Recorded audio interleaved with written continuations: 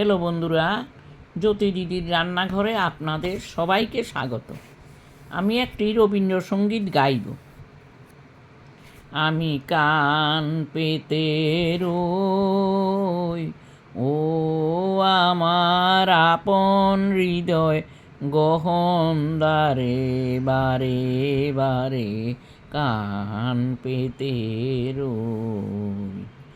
কোন গোপন বাঁশির কান্না হাসির গোপন কথা শুনি বারে বারে বারে কান পেতে রই।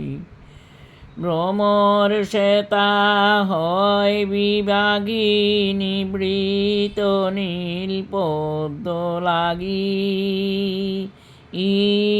রে। ভ্রমর শ্বেতা হয় বিভাগী নিবৃত নীল পদ্ম লাগি রে। কোন রাতের পাখি গায় একাকী, রাতের পাখি গায় একাকী সঙ্গীবিহীন অন্ধকারে বারে বারে কান পেতে রই।